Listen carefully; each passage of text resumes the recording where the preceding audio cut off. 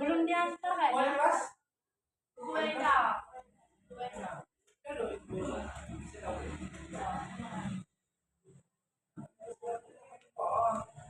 Biasanya kalau diantar Pak, diantar soalnya kan. Iya, orang tuanya kan agak sibuk di BPTP.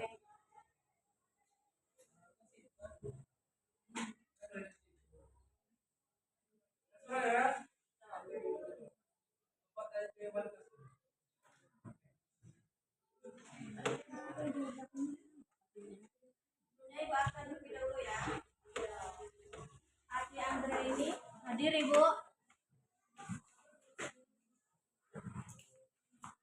Al-Fatih. Anini. Lilia. Hadir Bu. Astrid hadir. Ayu hadir. Dani. Ibu. Delvi.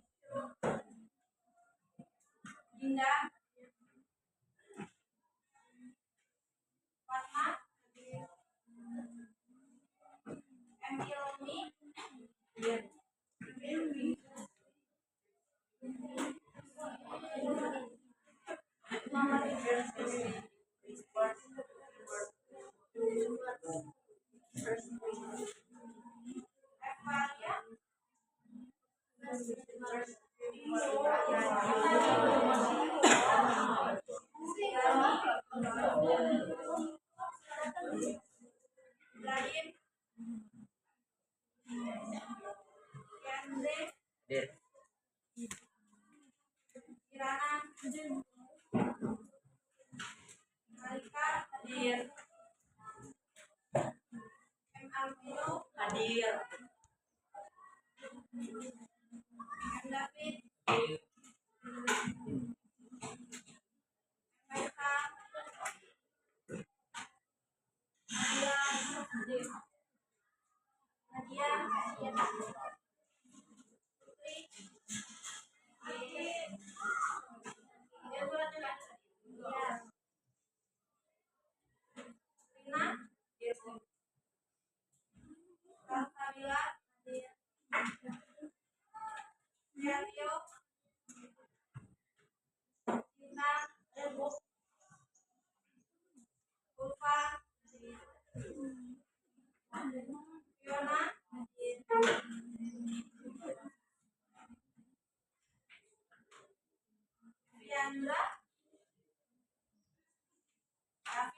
Dirimu.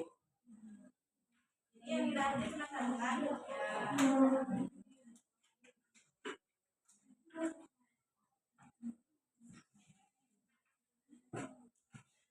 Pada minggu kemarin kan kita udah belajar tentang sistem reproduksi pada masyarakat. Nah, jadi pada minggu ini kita lanjutkan ke materi selanjutnya, yaitu materi homeostasis. Buka di halaman 44.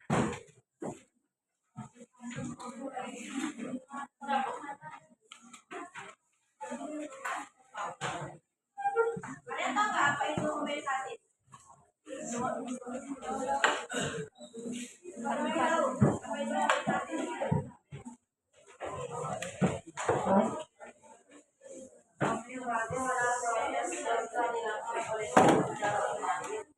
mempertahankan kondisi stabil, ada proses di dalam tubuh mampu hidup berjalan normal meskipun terjadi perubahan internal dan eksternal.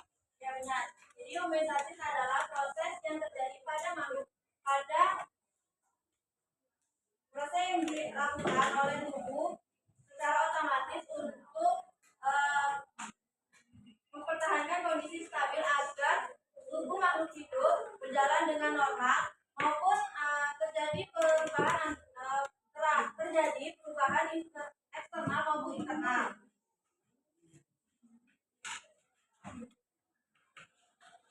Nah, sebelumnya ada tujuan pembelajaran. Yang pertama, menjelaskan konsep homeostasis dan contoh dalam kehidupan sehari-hari.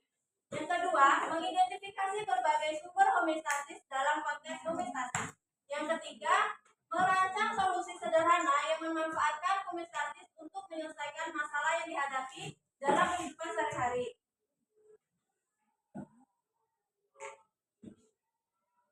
Nah, kalian semua udah tahu kan apa itu homeostasis?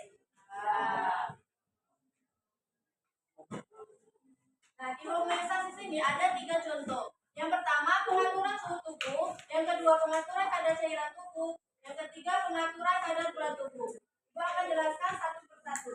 Yang pertama, pengaturan suhu tubuh. Nah, suhu tubuh normal kita ini kan 30 sampai 76 derajat. Ketika suhu tubuh kita naik menjadi 38 atau 39 atau 40, itu kita akan demam. Nah, tubuh kita akan meresponnya dengan, kalian pernah kan demam? Ketika demam apa yang kalian rasakan? Panas kan? Keringat ya? Nah, itulah kenapa kalian demam itu kan panas terus berkeringat, karena jika suhu tubuh naik saat cuaca panas atau berolahraga, darah melebar, dilatasi sehingga panas bisa keluar. Seperti kalian demam. Demam tuh pasti kalian minum obat, udah tuh kalian disuruh berbaring atau tidur terus pakai selimut kan, disuruh pakai selimut kan. Nah, itu supaya keringat kalian keluar untuk mempertahankan daya tahan tubuh kalian. Nah, selanjutnya kelenjar keringat menghasilkan keringat, dan saat keringat menguap, panas tubuh kita ikut hilang. Seperti yang Ibu jelaskan tadi waktu kita demam. Selanjutnya, jika suhu tubuh turun pada saat dingin, seperti kita masukin di ruangan AC yang ber-AC, suhu tubuh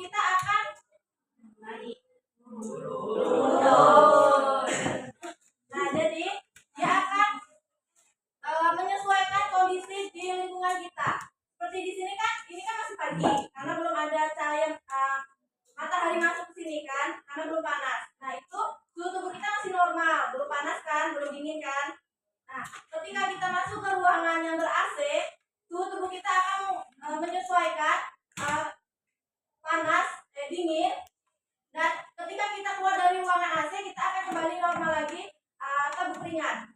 Nah,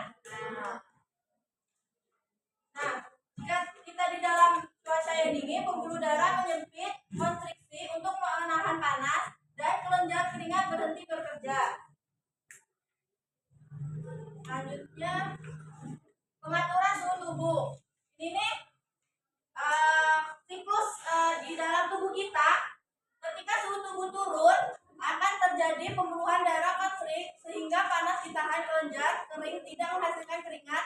Otot mengonstruksi penyebab menggigil sehingga menghasilkan panas. Nah, penyebab ini akan ditahan oleh tubuh dan panas di dalam tubuh itu akan dipertahankan. Lalu suhu tubuh akan normal.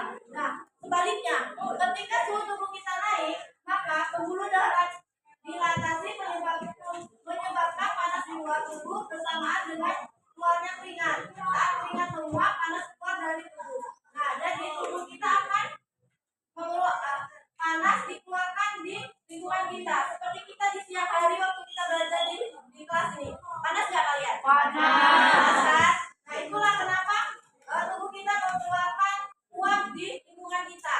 Kalian merasakan kan? Jadi ketika sudah dikeluarkan panas ini dari tubuh kita, maka suhu tubuh kita akan normal.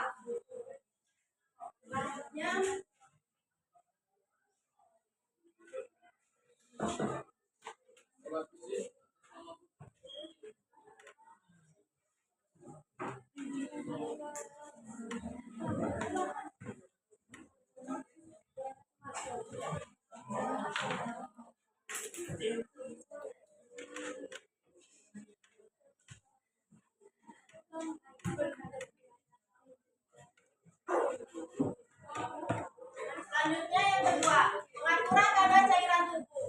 Nah, cairan tubuh diatur oleh hormon ADH atau antidiuretis, hormon yang dihasilkan oleh kelenjar pituitari. Nah, kalian pernah nggak minum air berlebihan? Nah, apa yang terjadi? Bukan. Terus apa yang terjadi dengan urin kalian? Kencing terus kan?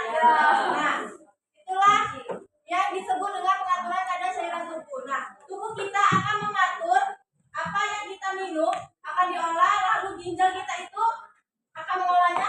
Jadi kita tuh sering kencing kan? Nah, ketika kita sering minum, maka ginjal kita akan mengolahnya, lalu kencing kita akan warnanya apa? Kalau sering minum, ya putih. Nah, sebaliknya, jika kita kurang minum, apa yang terjadi dengan ginjal kita? Lalu, ya benar, air kencingnya nanti berwarna kuning. Jadi kita harus minum itu cukup sehari itu berapa coba satu hari? 18. Ya betul. Jadi kalau kekurangan minum, ginjal kita itu tidak baik.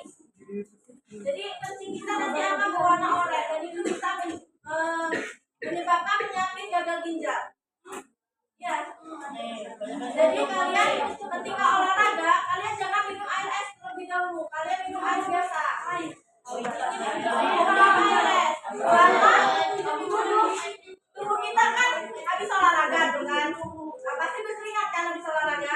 Nah, di dalam tubuh kita tuh belum stabil untuk mengolah air yang dingin itu.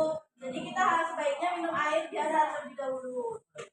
Kalau sejam atau setengah jam kemudian boleh baru minum air dingin, tapi jangan sering-sering. Nah, jika tubuh kekurangan air, maka kita akan dehidrasi. Nah, pituitaria ini mengeluarkan lebih banyak ADH, ginjal menyerap kembali banyak air, dan urin menjadi sedikit dan pekat. Itulah kenapa kalau kita minum sedikit air, urin kita akan menjadi sedikit dan warnanya akan pekat menjadi kuning. Nah, jika tubuh kelebihan air atau banyak minum, pituitari mengurangi produksi ADH, ginjal menyerap sedikit air, urin menjadi banyak dan encer. Itulah kenapa kalau kita minum air banyak, urin kita jadi banyak dan warnanya putih. Nah, ini gambar. Aku juga bingung gitu. Mau deh. Oke. Siapa weh? Cinta tuh weh. Sama ikut aja. Nah, pertama kita baca dari sini terlebih dahulu. Nah, kandungan air ini dalam darah rendah kan.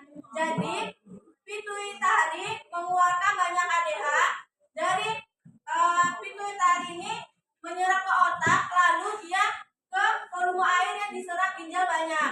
Jadi, otak itu kan merangsangkan apa yang kita minum, apa yang kita konsumsikan. Jadi, dari otak ini turun ke ginjal. Jadi volume air yang diserap ginjal itu banyak. Lalu volume urin ini kental sedikit melewati kandungan kemih, kantung kemih. Lalu volume air melewati darah tinggi. Kemudian balik lagi ke kandungan air dalam darah normal. Jadi kalau kita banyak minum air, kita menjaga tubuh kita, maka kandungan air dalam darah kita normal. Sebaliknya juga seperti yang sebelah sini, ketika kita meminum air dikit, maka kandungan air dalam diri kita ini tidak normal.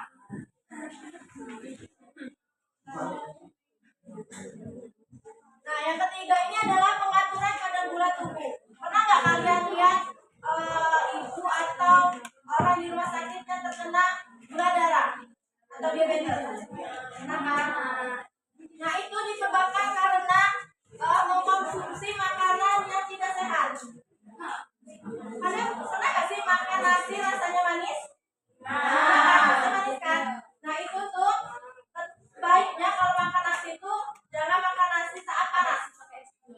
Ya, karena gula darahnya lebih tinggi. Jadi kalian dinginkan terlebih dahulu, tapi jangan dikipas. Jangan dikipas pakai kipas angin karena ada debunya. Jadi nggak baik juga. Oke, asik. Nggak dibiarkan aja.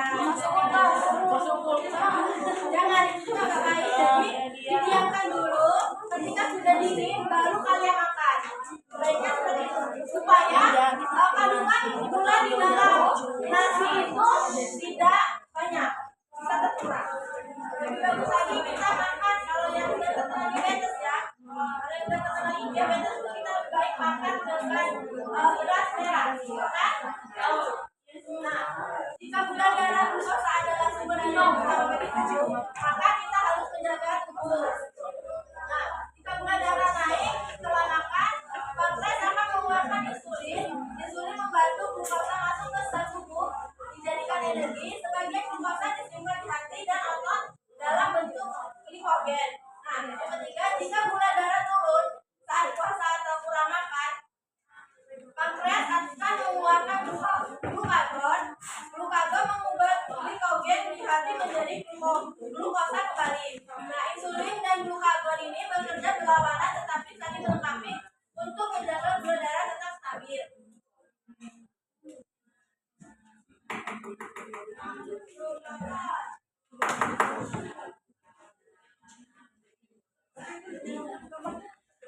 Nah, kebaca ada kan di buku? Baca. Nah, ini kan gula darah meningkat. Nah, gula darah itu meningkat, glukosa diserap oleh tubuh.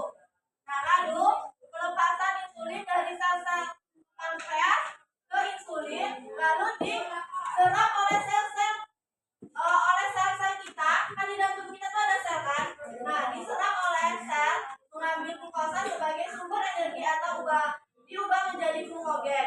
Kemudian jika dia masuk ke hati, akan mengubah glukosa menjadi glukagen, lemak dan protein. Nah, itulah kenapa kalau kita makan makanan yang banyak kandungan gula darah, banyak kandungan gulanya atau manis, maka kita akan punya lemak kan? Kayak makan kalian makan bakso, makan seafood, pasti banyak kan lemaknya di perut kalian, ya kan? Nah, itulah. Nah, jadi dari kedua ini glukosa akan dijadikan homeostasis kadar gula darah normal. Dan sebenarnya kadar gula normal itu sekitar 120 sampai ke 130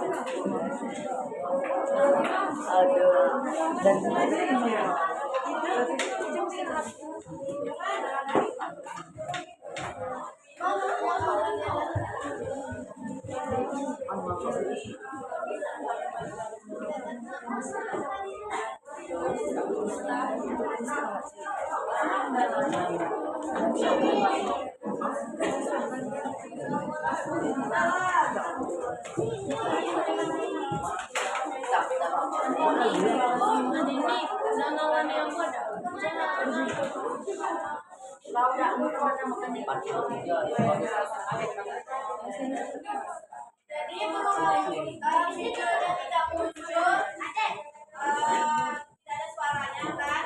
Jadi siapa yang bisa menyimpulkan materi kita pada hari ini? Ayo, siapa yang bisa menyimpulkan?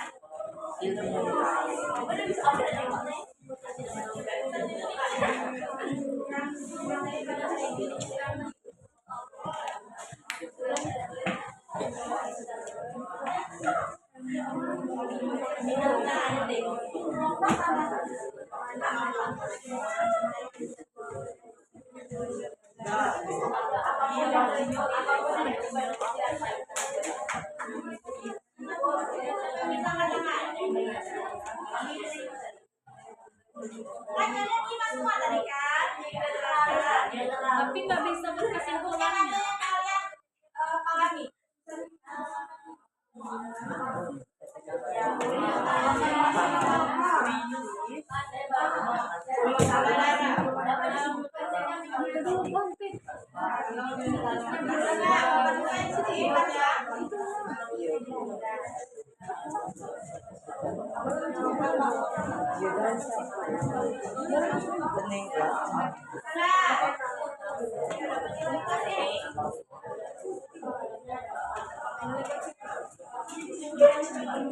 Simpulkan kalian langsung kalian simak. Kalian tadi menyimak semuanya kan? Dari awal kalian jelaskan tadi, kalian langsung sampai selesai.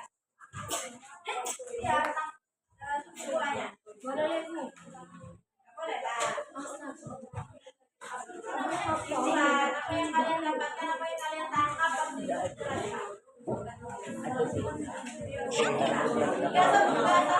Semuanya harus berjalan.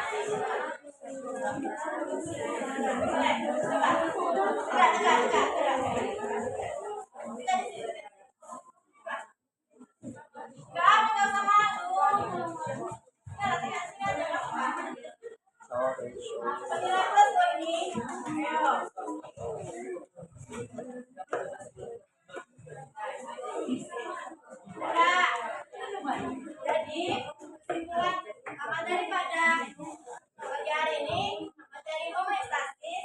Jadi homeostasis adalah proses yang terjadi pada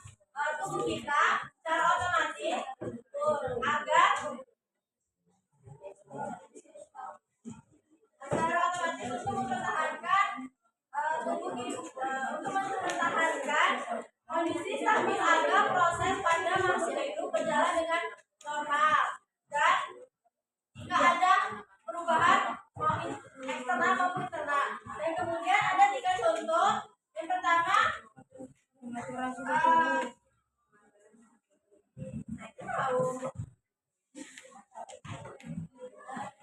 pengaturan suhu tubuh, Kak. Pengaturan suhu tubuh. Yang kedua pengaturan cairan kadar cairan tubuh. Dan yang ketiga pengaturan kadar gula tubuh.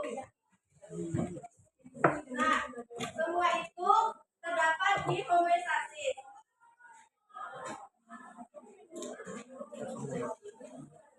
Udah paham semua kan kalian dengan gambar yang dijelaskan tadi? Ya.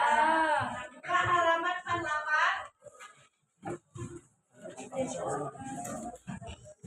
Jaga nomor 1 dan nomor 2 nanti tambah nomor 3 sama 4.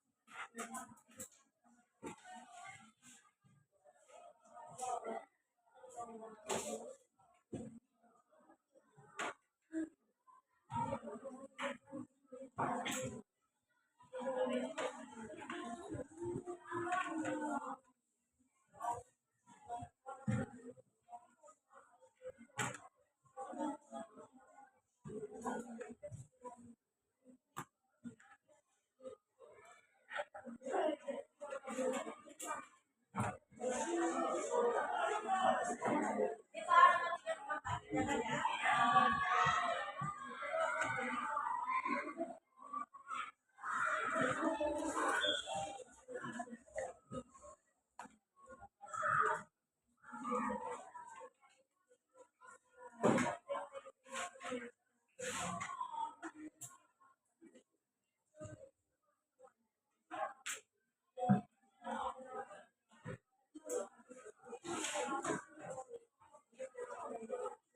Itu diganti ya soal pengantin.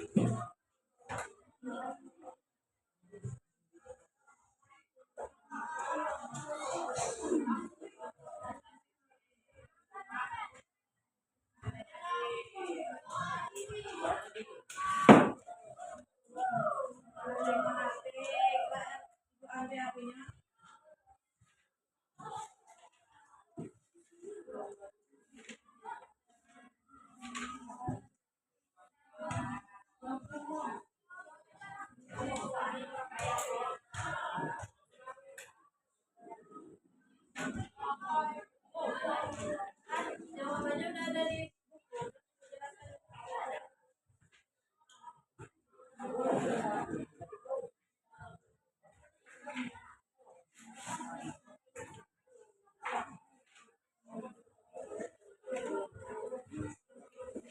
udah diacak. Jadi tulis nomornya ya. Jawabannya boleh diacak, tapi tulis nomor. Kan?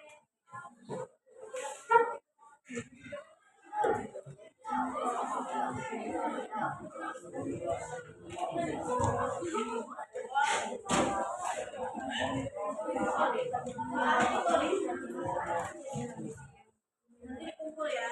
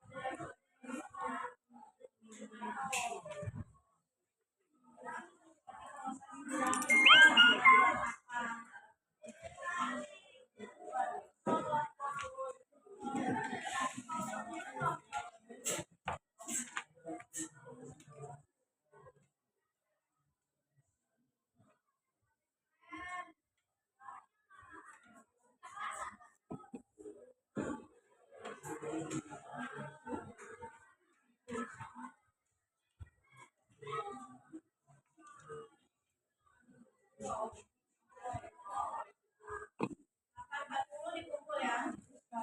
Nggak habis 8.50 kan? Ya. 8.40 dikumpul. Karena akan bulan.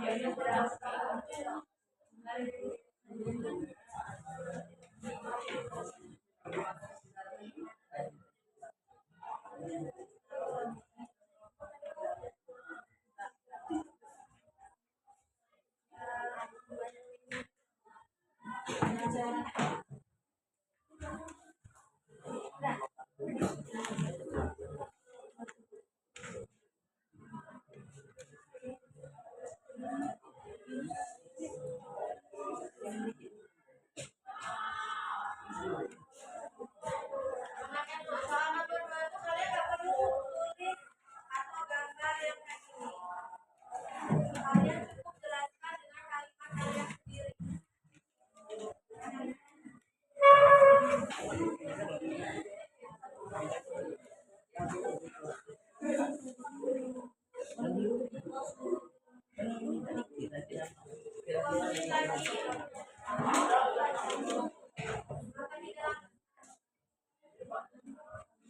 Sampai 45 lagi ya.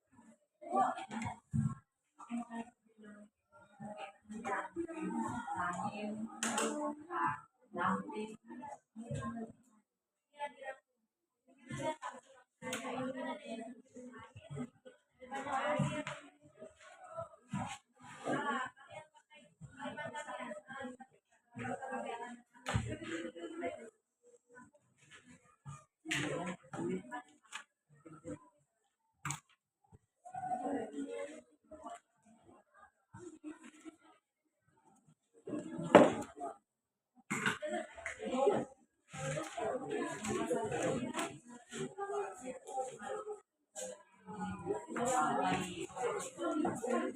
yang merah.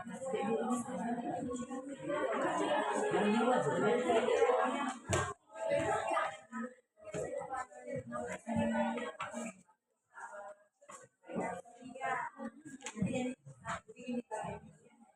Ini tadi namanya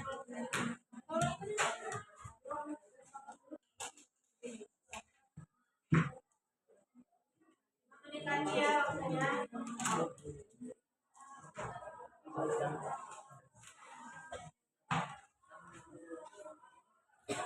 Sianya tuh ada di dalam buku semua. Kalau kalian baca, kalian terima apa yang ibu jelaskan tadi.